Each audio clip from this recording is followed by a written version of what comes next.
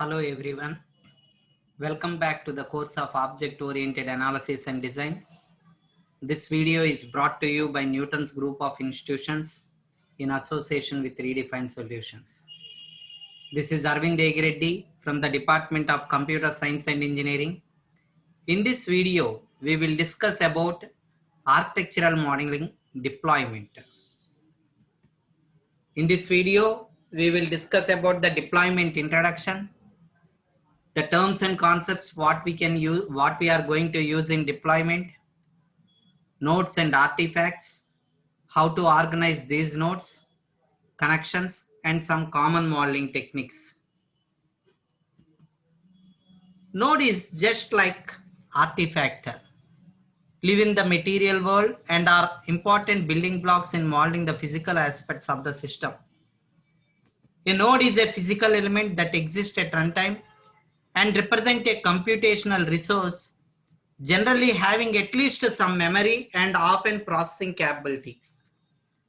And we use nodes to model the topology of the hardware on which our system executes. And a node typically represents a process or a device on which artifacts may be deployed. Good nodes crisply represent the vocabulary of the hardware of our solution domain. So the UML provides a graphical representation of a node as shown in this particular figure. This canonical notation represents us to visualize a node apart from a specific hardware. So using stereotype on the one of the UML's extensibility mechanism, so we can tailor this notation to represent the specific kind of processors and devices. Coming to some of the terms and concepts what we are going to use in this particular topic, deployment. A node is a physical element that exists at runtime and represent a conceptual resource, generally having at least some memory and often processing capability. Graphically, a node is rendered as a cube, what we have seen in our previous image. So here, every node must have the name that distinguishes it from other nodes. Here a name is a textual string.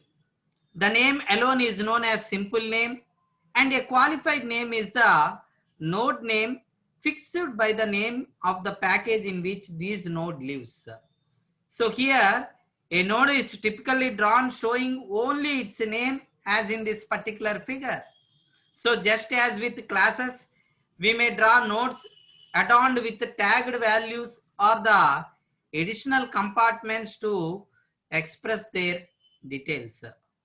Now let us see what are nodes and artifacts.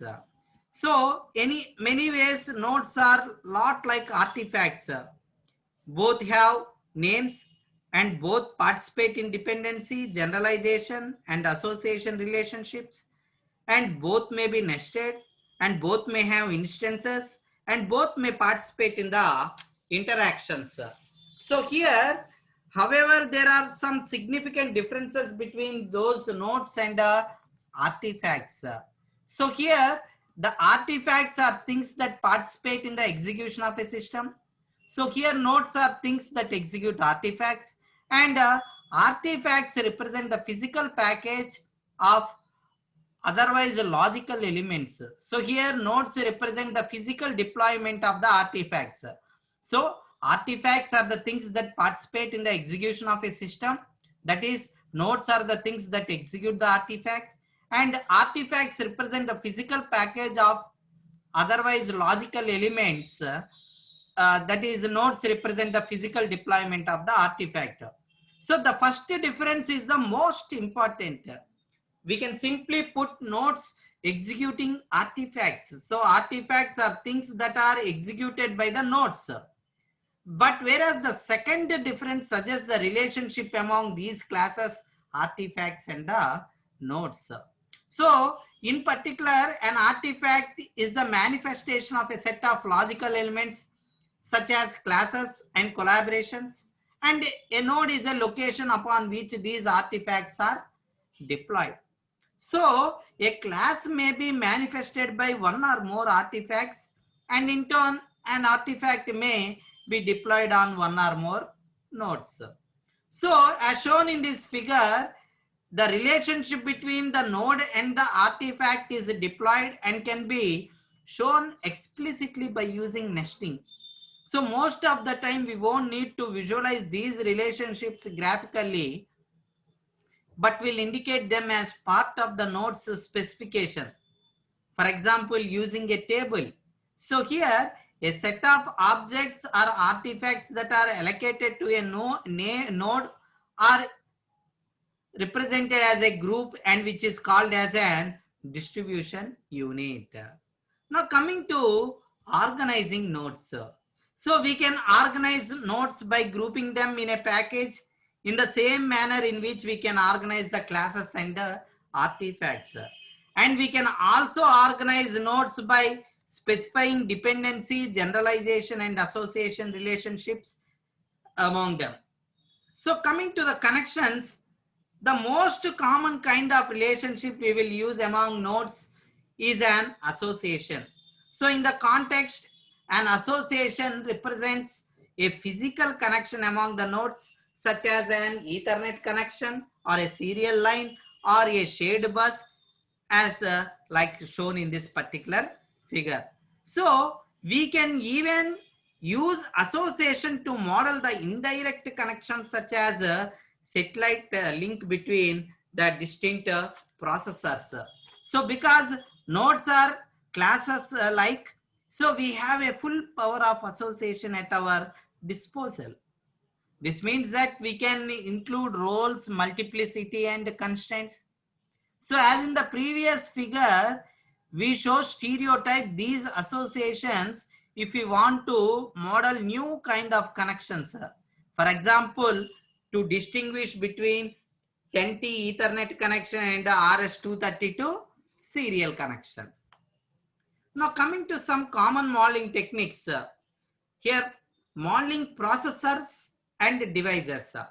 So modeling the processors and devices that form a topology of a standard along the embedded client servers or distributed systems, which is the most common use of the nodes.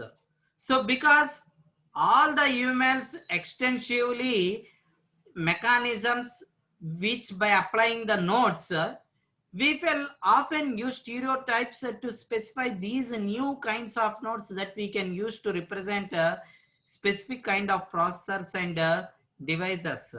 So a processor is a node that has processing capability, meaning that it can execute a artifact, and a device is a node that has no processing capability.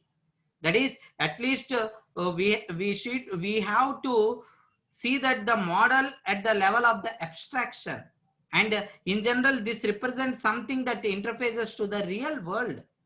So to model the processors and devices, we need to identify the computational elements of our system deployment view and model each as a node. And if these elements represent generic processors and devices, then stereotype them as such. So here, if they are kind of processors and devices that are part of the vocabulary of our domain, then we need to specify an appropriate stereotype with an icon for each. As with class modeling, we need to consider the attributes and operations that might apply to each one. For example, this figure takes the previous diagram and stereotypes each node.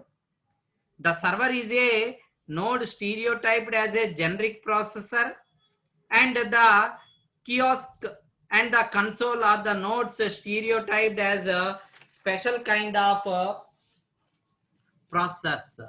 And the RAID form is a node stereotyped as a specific kind of device. Now, coming to the modeling the distribution of artifacts, when we model the topology of a system, it's often useful to visualize or specify the physical distribution of its artifact across the processors and devices that may make up the system. So to model the distribution of artifacts, For each significant artifact in our system, we need to allocate it to a given node. We need to consider duplicate locations for the artifacts. It's not uncommon for the same kind of artifact to reside on multiple nodes simultaneously. So we need to render this allocation in any one of the three ways. First one is we don't make the allocation visible, but leave it as part of the black plane of our model, that is in each node specification. And second, using dependency relationship connection.